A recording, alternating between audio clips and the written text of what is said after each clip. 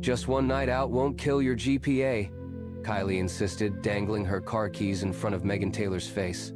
My cousin says these Northridge parties are legendary. At 18, Megan had spent her first semester buried in pre-nursing coursework. The disciplined routine had earned her a scholarship, but left little room for social life. 25 miles is a long drive back, she said, though her resolve was weakening. That's why we're staying at my cousin's place. Come on one night before midterms consume us. Neither knew that only one would make the return journey. Bass thrummed through the fraternity house, its windows glowing amber against the October darkness. Inside, bodies pressed together in a humid constellation of movement. The air tasted of spilled beer and cheap cologne. Megan navigated cautiously, clutching a red cup she rarely sipped from. Kylie appeared, flushed and vibrant, linking her arm through Megan's. My cousin's friends want to play cornhole out back. Come on, show these suburban boys how it's done. The backyard offered welcome relief. String lights crisscrossed overhead, casting warm light over clusters of students. I'm Trevor, said a guy with dark-rimmed glasses. Biology major. You're not from Northridge, right? Megan, I'm at Westlake. Just visiting. Their conversation flowed easily as they played. Trevor introduced his friends Jason with a laugh that came too loud, and Chris quiet with watchful eyes.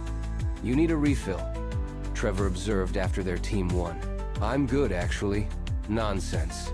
Champions deserve celebration.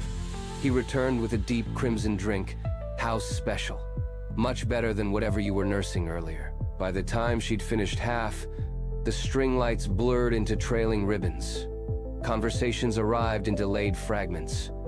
A heaviness settled in her limbs. Something's wrong.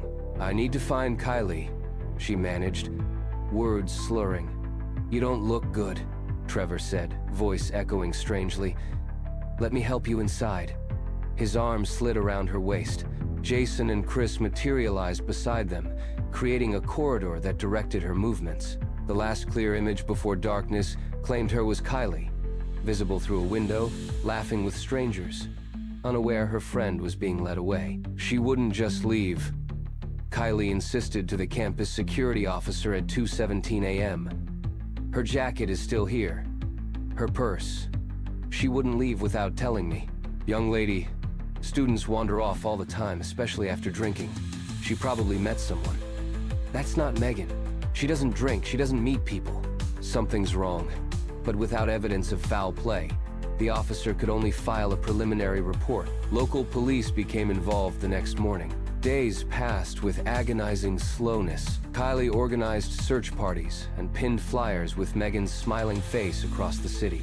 We're doing everything we can, the detective assured Megan's parents when they arrived from Wisconsin, faces gray with fear. What the detective didn't say was how quickly such trails went cold, how many young women vanished each year. Meanwhile, only 8 miles away, Megan existed in a nightmare from which there seemed no awakening. Consciousness returned in cruelly brief intervals. The room small, windowless, with a single bare bulb that remained perpetually lit, destroying any sense of time. A stained mattress, a metal bucket reeking of waste, the pain her left leg broken during her first struggle, her right arm fractured when she fought back against Jason on the second day. The routine extended solitude interrupted by the sound of locks being disengaged. The door opening to reveal her captors, the gleaming needle that delivered temporary unconsciousness, followed by violations her mind struggled to process. Please, she begged during a rare lucid moment, my parents must be looking for me. They won't press charges if you just let me go. Trevor laughed, devoid of the charm he'd affected at the party. No one's finding you, Megan, from Wisconsin. No one even knows where to look. Days blurred together. The heroin they forced into her veins made time elastic. Sometimes they brought a camera. Sometimes others came faceless strangers who paid for their turns. In rare moments of clarity, she thought of her parents, her childhood bedroom with its academic trophies, the Florence Nightingale poster that inspired her career path. Then came the moment that would later seem ordained. Chris, the quietest of the three, was alone with her, checking his phone repeatedly. They'll be back in 2 hours. he muttered. After injecting her with a smaller dose than usual, he turned to leave. "Wait," Megan said. "Please, I need to use a real bathroom. Just once." "Use the bucket," he replied flatly. "I've been using it for days. I'm covered in." She let her voice break. "Please, I just want to feel human for 5 minutes." Something flickered across his face, not compassion, but perhaps discomfort with her degradation. "5 minutes," he finally said.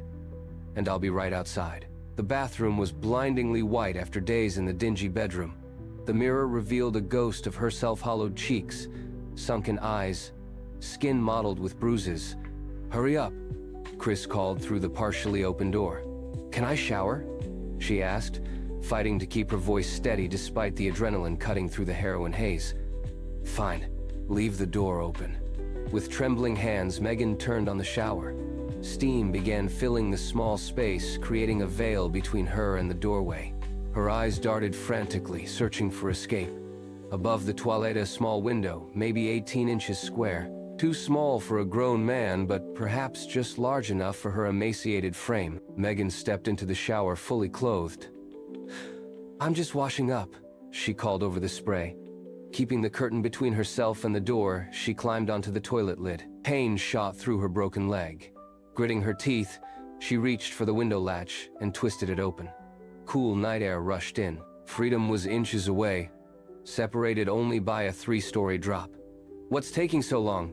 Chris called, suspicion edging his voice. No time to think.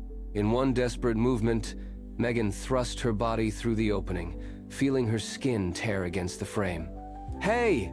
Chris's shout was followed by rushing footsteps. Megan emerged onto the narrow ledge, the drop yawning beneath her.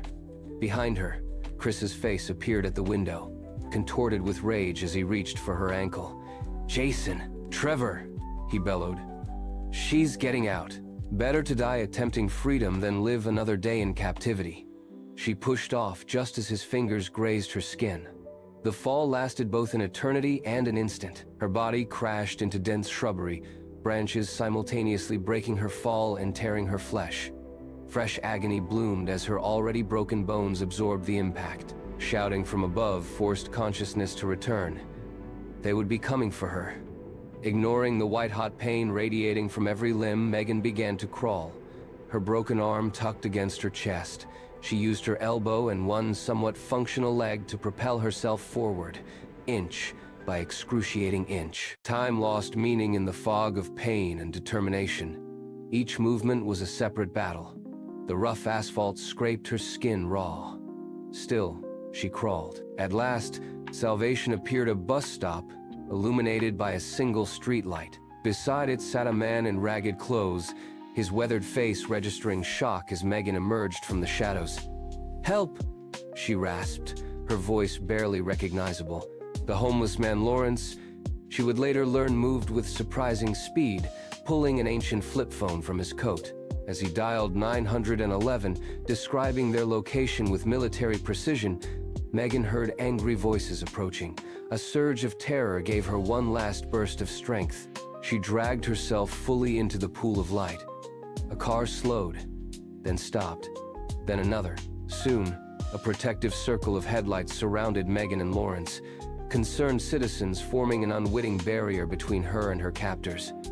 In the distance, sirens wailed. For the first time in 10 days, Megan allowed herself to believe in salvation. Security footage from businesses near the bus stop allowed police to trace Megan's path back to the apartment building. Trevor, Jason, and Chris were arrested attempting to flee the state. "They won't hurt anyone else," the detective assured her.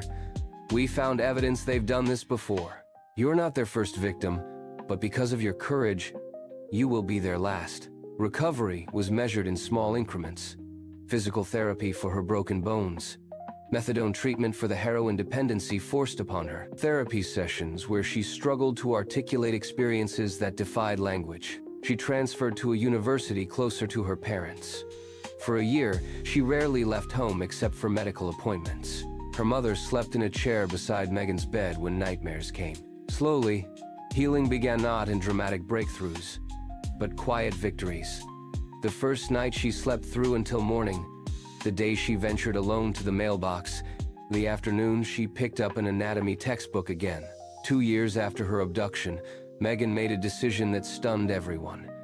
She would return to her original university and complete her nursing degree. "Are you sure?" her father asked.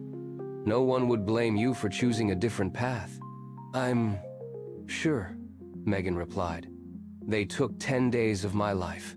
I won't let them take the rest." She returned with eyes that had seen humanity's darkest corners. She carried pepper spray and took self-defense classes.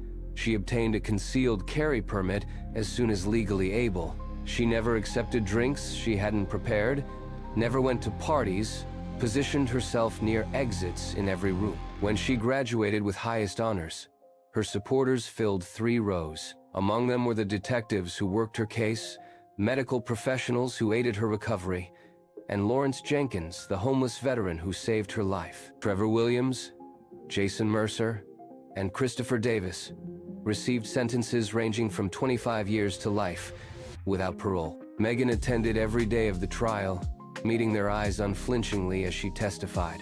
Today, those who know Megan see a dedicated emergency room nurse who brings extraordinary compassion to trauma patients. They notice the gun she carries, the watchfulness in her eyes. What they don't see are the ongoing therapy sessions, the meticulous checking of locks and windows before sleep, the journal where she records her nightmares, the support group she leads for survivors of sexual violence. "Working in the ER isn't triggering for you?"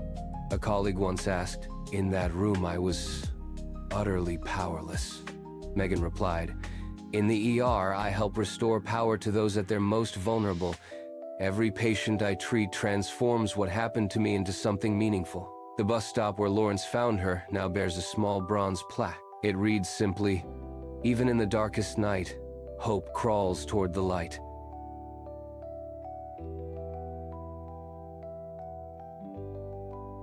Sarah Jenkins lived alone in her quaint bungalow on the outskirts of Millfield. At 46, she'd grown accustomed to solitude after her divorce 7 years earlier. Her modest one-bedroom home was filled with the comforting smells of homemade soups and freshly baked bread, a quiet sanctuary from a bustling world. It began with small, inexplicable discrepancies. A pot of vegetable soup diminished faster than usual. 2 eggs missing from a freshly purchased carton. A damp towel found in the laundry hamper when she was certain she'd hung hers out to dry moments before. Over lunch with her coworker Diane, Sarah tried to rationalize the oddities. "I must be getting forgetful," she said. "I could swear I made enough soup for 4 days, but it's nearly gone after 2. Diane chuckled. "Welcome to your 40s, honey." But the irregularities grew.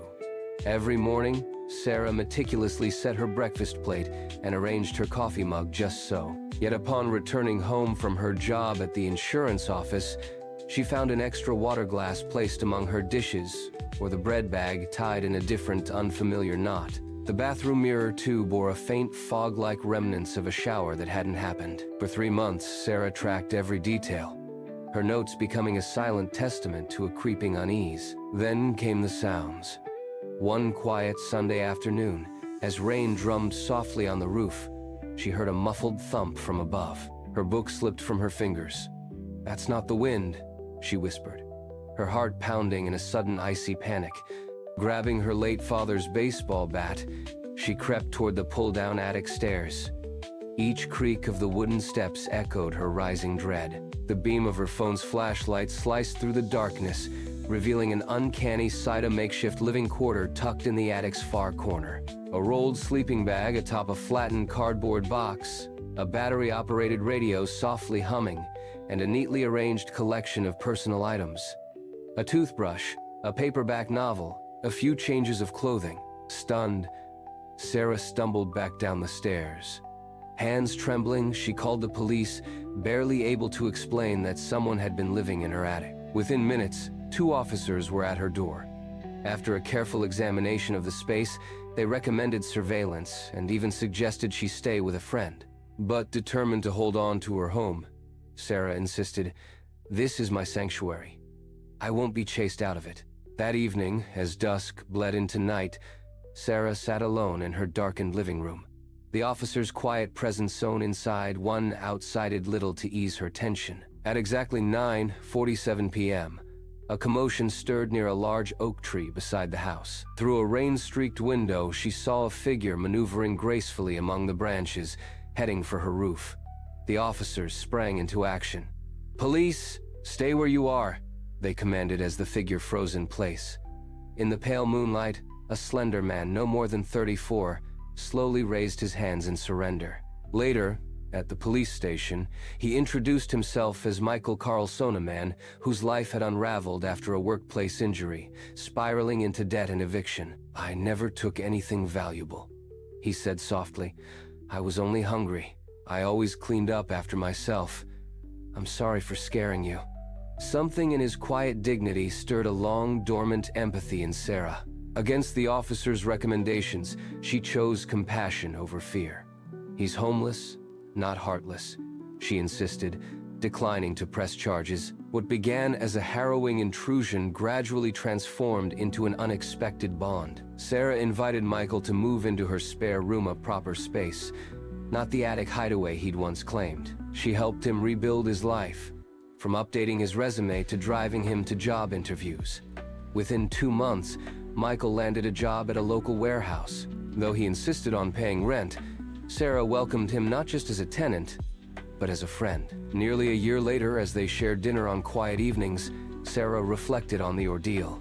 "The real horror wasn't that someone invaded my home," she confided to Diane. "It was how easily a person could vanish from society.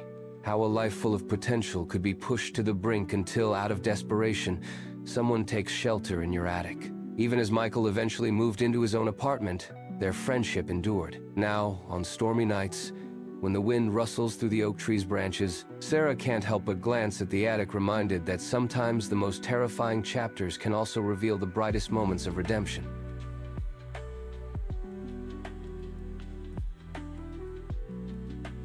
The neon vacancy sign outside room 13 buzzed like an angry wasp, casting sickly crimson pulses across the water-stained ceiling. My body felt hollowed out after 15 hours of highway hypnosis. Every muscle screamed for rest, my eyelids sandpaper heavy. I dropped my duffel on the carpet. That's when I saw the first one. A tiny dark speck scurrying across the faded floral bedspread. Then another, and another. My stomach clenched as I peeled back the yellowed sheets to reveal dozens of bedbugs scattering from the sudden exposure, their flat bodies glistening in the harsh overhead light. Not tonight. I can't deal with this tonight. The thought of trudging back to the front desk, explaining the situation, waiting for a new room if they even had one, was unbearable. My consciousness was already fraying at the edges. The bathtub would have to do. The porcelain was ice cold against my spine as I arranged my jacket into a makeshift pillow. My hunting knife, 7 inches of carbon steel, with a worn leather grip, rested on the edge of the tub within easy reach. A habit born from too many nights in places where doors weren't enough. As exhaustion finally pulled me under, I remembered I hadn't checked the window lock. Just until morning. The sound sliced through my dreamless sleep glass, scraping against wood, fingernails on a chalkboard. My eyes snapped open to darkness. The bathroom's tiny window revealed a slice of night sky, stars obscured by clouds. 3:17 a.m. glowed on my phone screen. Scrape, click, a muffled curse from the bedroom. My fingers closed around the knife handle, muscle memory from places I'd rather forget. The bathroom floor tiles sent shivers up my feet as I crept to the door. My pulse hammered in my throat, each heartbeat a countdown. Through the crack in the door, moonlight carved a silver path across the carpet, illuminating the window. The screen lay twisted on the floor like a shed skin. A figure straddled the salon leg in, one leg out, a silhouette caught between worlds. I pushed the door open. The hinges betrayed me with a low groan. The intruder's head snapped toward the sound. Time crystallized between us. I could hear each breath, his quick and shallow, mine deliberately controlled. My knuckles whitened around the knife handle. His eyes, wide and glittering in the darkness, darted from my face to the blade and back again. 1 second. 2 seconds. 3. "Is this your room?" His voice was eerily conversational, almost disappointed. "Yes, this is my room, man." The words escaped through clenched teeth, steadier than the trembling in my chest. Silence stretched between us like a tripwire. The ancient air conditioner shuddered to life with a metallic wheeze, stirring the stale air. I cataloged details with hyper-clarity. The dirt beneath his fingernails, a tear in his left sleeve, the slight sway of his body. Was he high? Desperate? Both were dangerous. His shoulders finally slumped. With a sigh that reeked of inconvenience, he began easing himself back toward the window. "Why the hell you leaving your window unlocked then?" he muttered, as if I'd somehow violated an unspoken contract. "Person can't even break into a damn room these days without someone being in it." He slithered backward into the night, still grumbling curses that dissolved into the darkness. The sound of gravel crunching under boots faded across the parking lot. I didn't move for what felt like hours, knife still raised, ears straining for his return. When I finally exhaled, my breath came out in a shudder. I wedged the desk chair under the doorknob and barricaded the window with the dresser. Dawn found me still wide awake in that bathtub. Knife clutched to my chest like a talisman. My thoughts circled like vultures. What if I hadn't woken up? What if I hadn't brought the knife? What if he came back with friends? As early morning light leaked through the bathroom window, I realized the bedbugs had done me a favor. At checkout, the board clerk didn't look up from her phone when I slid the key across the counter.